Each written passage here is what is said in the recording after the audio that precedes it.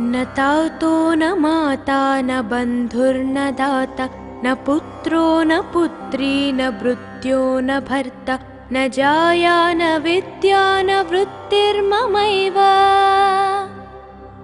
गतिस्त्वं त्वमेका भवानी भवब्धावपारे महादुःखभीरु पपातप्रकामी प्रलोभि प्रमत्तः कुसंसारपाशप्रबद्धः सदाहम् गतिस्त्वं त्वमेका भवानी न जानामि दानं न चाध्यानयोगं न जानामि तन्त्रं न च स्तोत्रमन्त्रं न जानामि पूजं न चान्यासयोगम् गतिस्त्वं त्वमेका भवानी न जानामि पुण्यं न जानामि तीर्थं न जानामि मुक्तिं लयं वा कदाचित् न जानामि भक्तिं व्रतं वापि माता गतिस्त्वं त्वमेका भवानी कुकर्मी कुसंगी कुबुद्धि कुदासा कुलाचारहीन कदाचारलीन कुदृष्टि कुवाक्यप्रबन्ध सदाहम् गतिस्त्वं त्वमेका भवानी व्रजेशं रमेशं महेशं सुरेशं दिनेशं निशीथेश्वरं वा कदाचित् न जानामि चान्यात् सदाहं शरण्ये गतिस्त्वं त्वमेका भवानी विवादे विषादे प्रमादे प्रवासे जले चानले पर्वते शत्रुमध्ये अरण्ये शरण्ये सदा मां प्रपाहि गतिस्त्वं त्वमेका भवानी अनाथो दरिद्रो जरारोगयुक्तो महाक्षीणदीन सदा जाड्यवक्त्र विपत्तौ प्रविष्टः प्रनष्टः सदाहम् गतिस्त्वं त्वमेका भवानी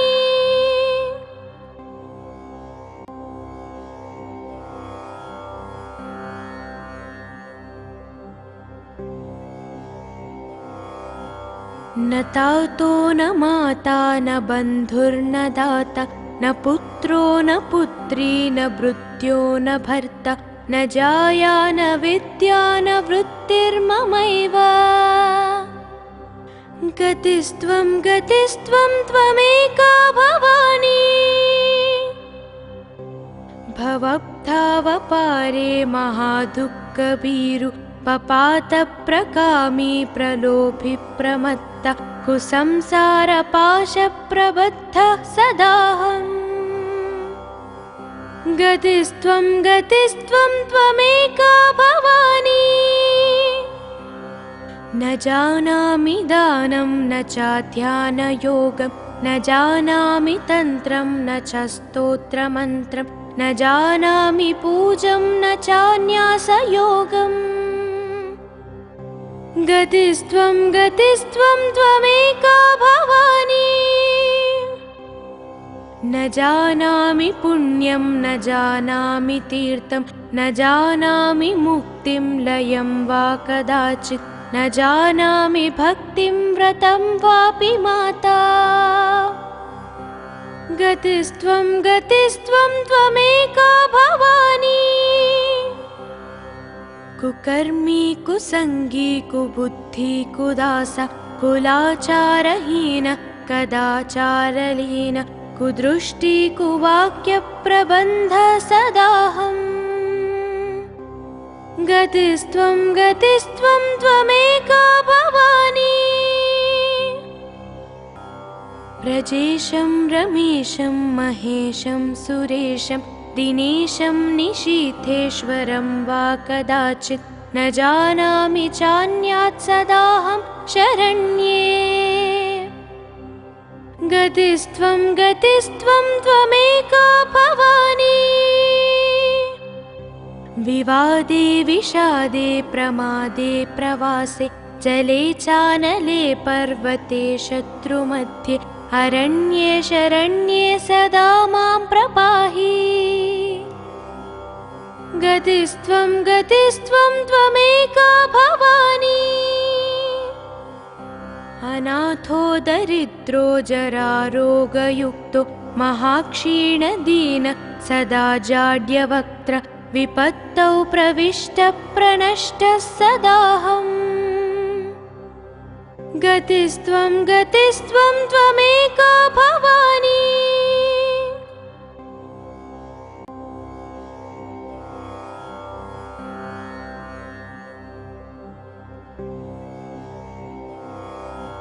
न तातो न माता न बन्धुर्न दाता न पुत्रो न पुत्री न भृत्यो न भर्ता न जाया न विद्या न वृत्तिर्ममैव।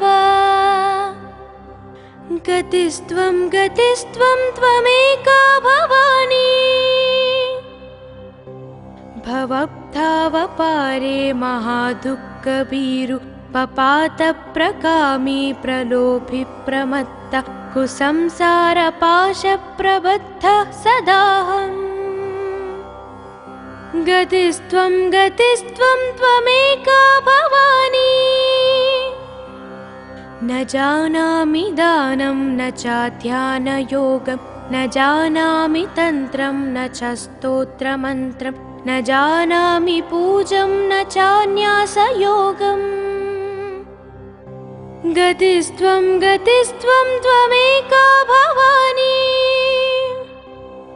न जानामि पुण्यं न जानामि तीर्थं न जानामि मुक्तिं लयं वा कदाचित् न जानामि भक्तिं व्रतं वापि माता।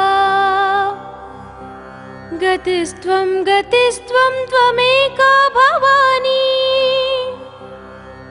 कुकर्मी कुसंगी कुबुद्धि कुदासा कुलाचारहीन कदाचारलीन कुदृष्टि कुवाक्यप्रबन्ध सदाहम्। गतिस्त्वं गतिस्त्वं त्वमेका भवानी। व्रजेशं रमेशं महेशं सुरेशं दिनेशं निशीथेश्वरं वा कदाचित् न जानामि चान्यात् सदाहं शरण्ये। गतिस्त्वं गतिस्त्वं त्वमेका भवानी। विवादे विषादे प्रमादे प्रवासे जले चानले पर्वते शत्रुमध्ये अरण्ये शरण्ये सदा मां प्रपाहि। गतिस्त्वं गतिस्त्वं त्वमेका भवानी। अनाथो दरिद्रो जरारोगयुक्तो महाक्षीणदीन सदा जाड्यवक्त्र विपत्तौ प्रविष्टप्रनष्टः सदाहम्। गतिस्त्वं गतिस्त्वं त्वमेका भवानी।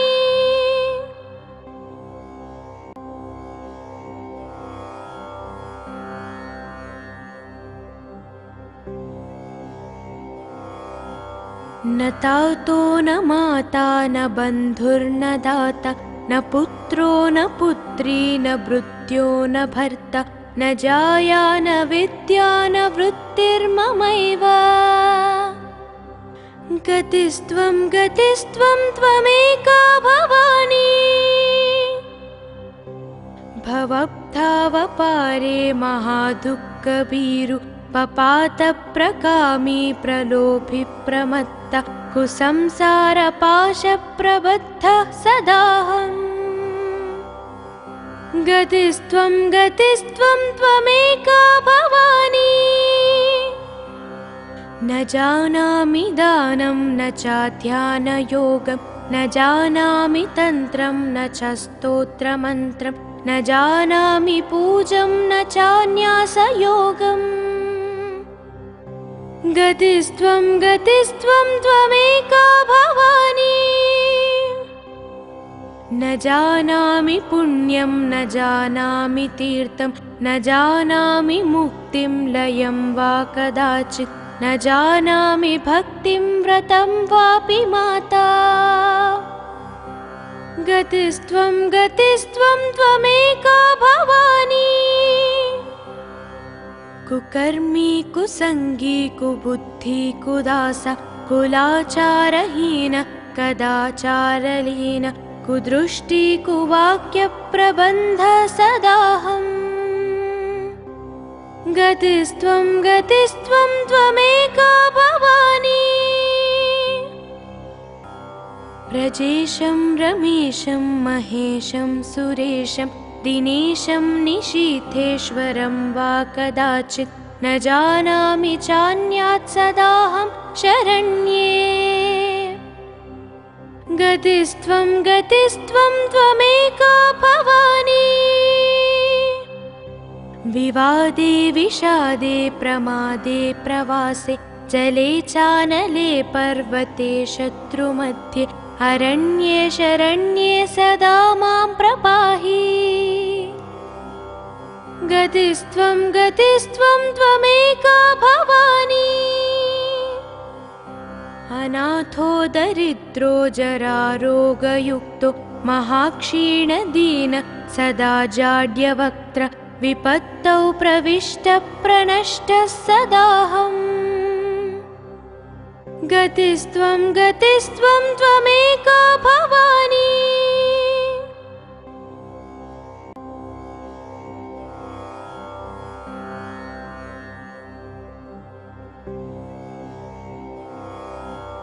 न तातो न माता न बन्धुर्न दाता न पुत्रो न पुत्री न भृत्यो न भर्ता न जाया न विद्या न वृत्तिर्ममैव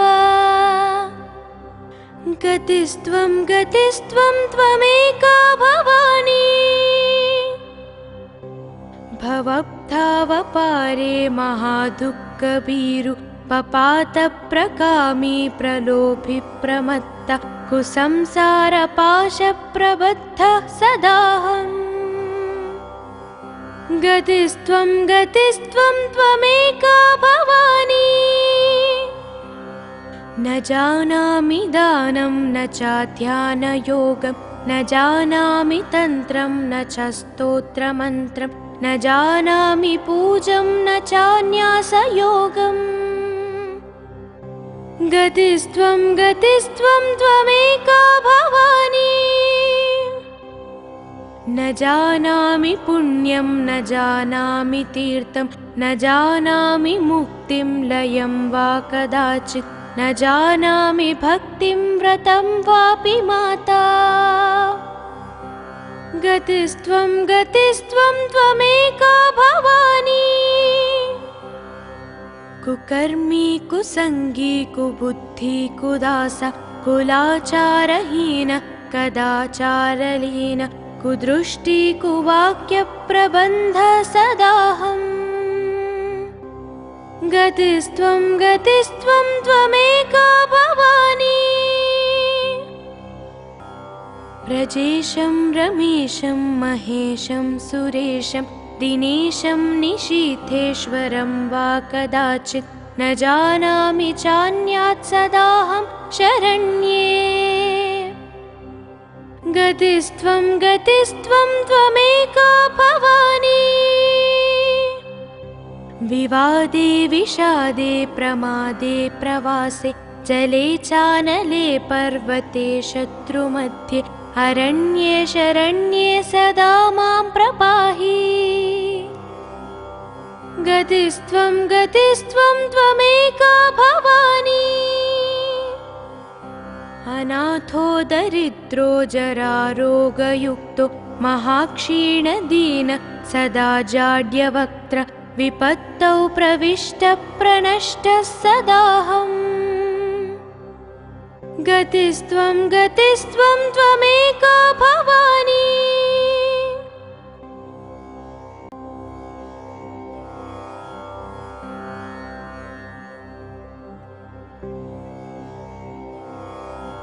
न तातो न माता न बन्धुर्न दाता न पुत्रो न पुत्री न भृत्यो न भर्ता न जाया न विद्या न वृत्तिर्ममैव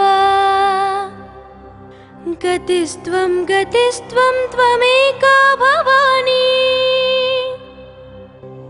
भवब्धावपारे महादुःखभीरु पपातप्रकामी प्रलोभि प्रमत्तः कुसंसारपाशप्रबद्धः सदाहम् गतिस्त्वं त्वमेका भवानी न जानामि दानं न चाध्यानयोगं न जानामि तन्त्रं न च स्तोत्रमन्त्रं न जानामि पूजं न चान्यासयोगम् गतिस्त्वं त्वमेका भवानी न जानामि पुण्यं न जानामि तीर्थं न जानामि मुक्तिं लयं वा कदाचित् न जानामि भक्तिं व्रतं वापि माता गतिस्त्वं त्वमेका भवानी कुकर्मी कुसंगी कुबुद्धि कुदासा कुलाचारहीन कदाचारलीन कुदृष्टि कुवाक्यप्रबन्ध सदाहम् गतिस्त्वं त्वमेका भवानी व्रजेशं रमेशं महेशं सुरेशं दिनेशं निशीथेश्वरं वा कदाचित् न जानामि चान्यात् सदाहं शरण्ये गतिस्त्वं त्वमेका भवानी विवादे विषादे प्रमादे प्रवासे जले चानले पर्वते शत्रुमध्ये अरण्ये शरण्ये सदा मां प्रपाहि गतिस्त्वं त्वमेका भवानी अनाथो दरिद्रो जरारोगयुक्तो महाक्षीणदीन सदा जाड्यवक्त्र विपत्तौ प्रविष्टप्रनष्टः सदाहम् गतिस्त्वं त्वमेका भवानी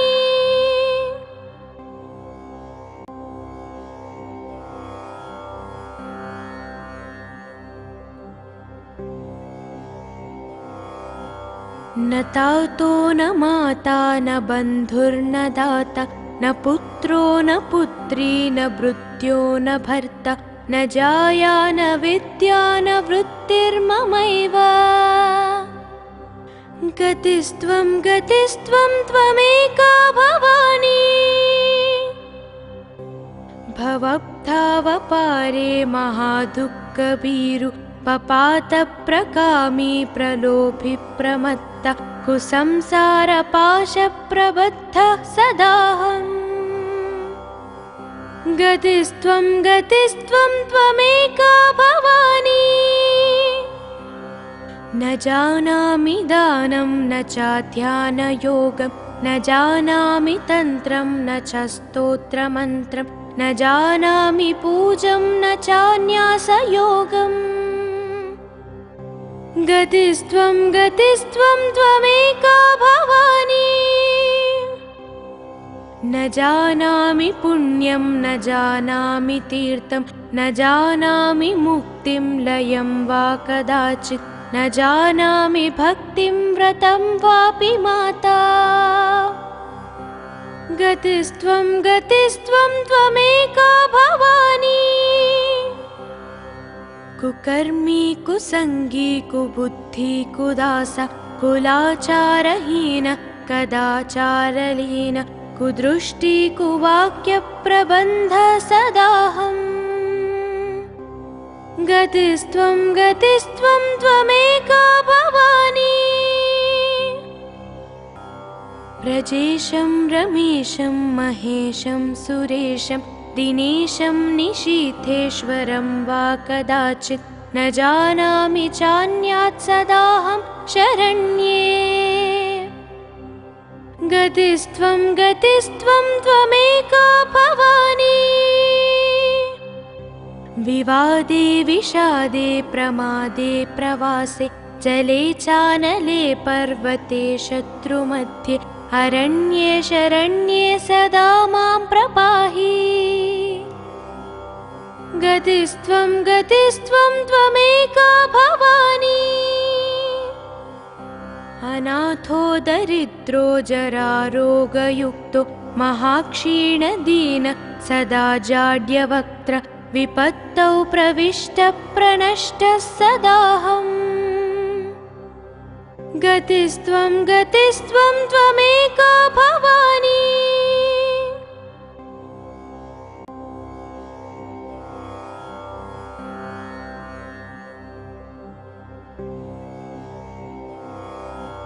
न तातो न माता न बन्धुर्न दाता न पुत्रो न पुत्री न भृत्यो न भर्ता न जाया न विद्या न वृत्तिर्ममैव। गतिस्त्वं गतिस्त्वं त्वमेका भवानी। भवब्धावपारे महादुःखभीरु पपातप्रकामी प्रलोभि प्रमत्तः कुसंसारपाशप्रबद्धः सदाहम्। गतिस्त्वं गतिस्त्वं त्वमेका भवानी। न जानामि दानं न चाध्यानयोगं न जानामि तन्त्रं न च स्तोत्रमन्त्रं न जानामि पूजं न चान्यासयोगम्। गतिस्त्वं गतिस्त्वं त्वमेका भवानी। न जानामि पुण्यं न जानामि तीर्थं न जानामि मुक्तिं लयं वा कदाचित् न जानामि भक्तिं व्रतं वापि माता। गतिस्त्वं गतिस्त्वं त्वमेका भवानी। कुकर्मी कुसंगी कुबुद्धि कुदासा कुलाचारहीन कदाचारलीन कुदृष्टि कुवाक्यप्रबन्ध सदाहम्। गतिस्त्वं गतिस्त्वं त्वमेका भवानी। व्रजेशं रमेशं महेशं सुरेशं दिनेशं निशीथेश्वरं वा कदाचित् न जानामि चान्यात् सदाहं शरण्ये। गतिस्त्वं गतिस्त्वं त्वमेका भवानी। विवादे विषादे प्रमादे प्रवासे जले चानले पर्वते शत्रुमध्ये अरण्ये शरण्ये सदा मां प्रपाहि। गतिस्त्वं गतिस्त्वं त्वमेका भवानी। अनाथो दरिद्रो जरारोगयुक्तो महाक्षीणदीन सदा जाड्यवक्त्र विपत्तौ प्रविष्टप्रनष्टः सदाहम्। गतिस्त्वं गतिस्त्वं त्वमेका भवानी।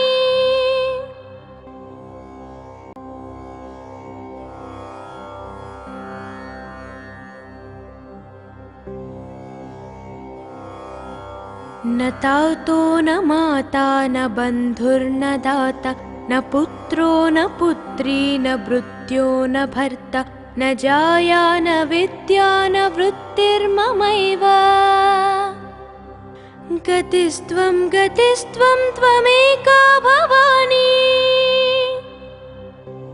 भवब्धावपारे महादुःखभीरु पपातप्रकामी प्रलोभि प्रमत्तः कुसंसारपाशप्रबद्धः सदाहम्। गतिस्त्वं गतिस्त्वं त्वमेका भवानी। न जानामि दानं न चाध्यानयोगं न जानामि तन्त्रं न च स्तोत्रमन्त्रं न जानामि पूजं न चान्यासयोगम् गतिस्त्वं गतिस्त्वं त्वमेका भवानी न जानामि पुण्यं न जानामि तीर्थं न जानामि मुक्तिं लयं वा कदाचित् न जानामि भक्तिं व्रतं वापि माता गतिस्त्वं गतिस्त्वं त्वमेका भवानी कुकर्मी कुसंगी कुबुद्धि कुदास कुलाचारहीन कदाचारलीन कुदृष्टि कुवाक्यप्रबन्ध सदाहम् गतिस्त्वं गतिस्त्वं त्वमेका भवानी व्रजेशं रमेशं महेशं सुरेशं दिनेशं निशीथेश्वरं वा कदाचित् न जानामि चान्यात् सदाहं शरण्ये गतिस्त्वं गतिस्त्वं त्वमेका भवानी विवादे विषादे प्रमादे प्रवासे जले चानले पर्वते शत्रुमध्ये अरण्ये शरण्ये सदा मां प्रपाहि गतिस्त्वं गतिस्त्वं त्वमेका भवानी अनाथो दरिद्रो जरारोगयुक्तो महाक्षीणदीन सदा जाड्यवक्त्र विपत्तौ प्रविष्टप्रनष्टः सदाहम् गतिस्त्वं गतिस्त्वं त्वमेका भवानी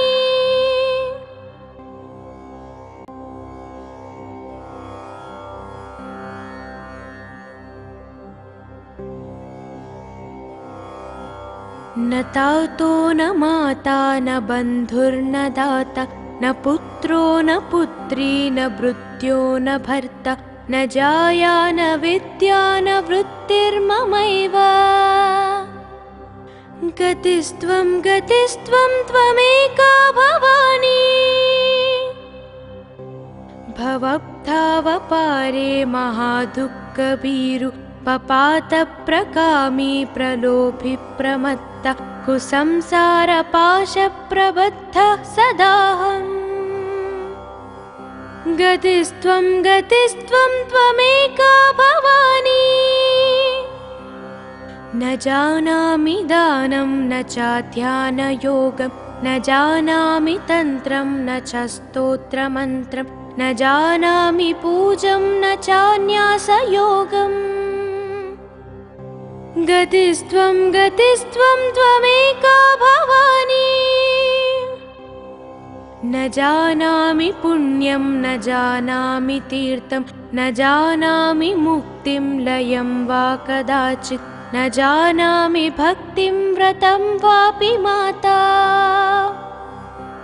गतिस्त्वं गतिस्त्वं त्वमेका भवानी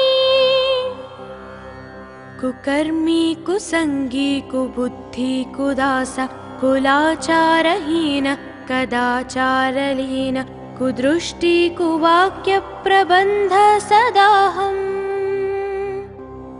गतिस्त्वं गतिस्त्वं त्वमेका भवानी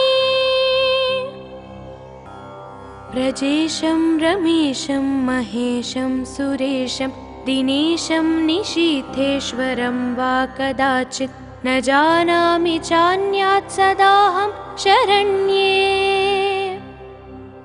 गतिस्त्वं गतिस्त्वं त्वमेका भवानी विवादे विषादे प्रमादे प्रवासे जले चानले पर्वते शत्रुमध्ये अरण्ये शरण्ये सदा मां प्रपाहि गतिस्त्वं गतिस्त्वं त्वमेका भवानी अनाथो दरिद्रो जरारोगयुक्तो महाक्षीणदीन सदा जाड्यवक्त्र विपत्तौ प्रविष्टप्रनष्टः सदाहम् गतिस्त्वं गतिस्त्वं त्वमेका भवानी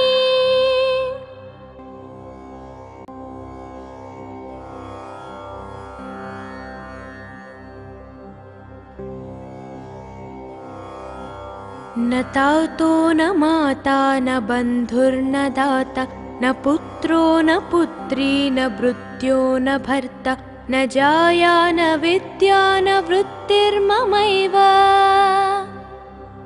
गतिस्त्वं त्वमेका भवानी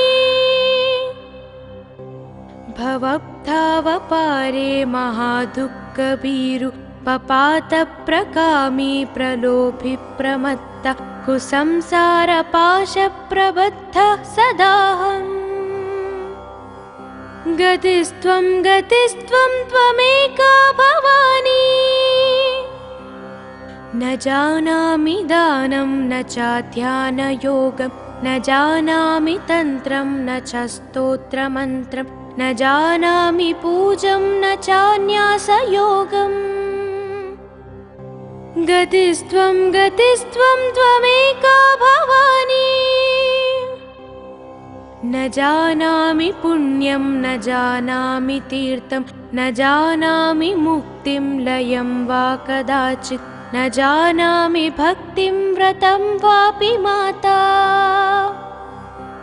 गतिस्त्वं त्वमेका भवानी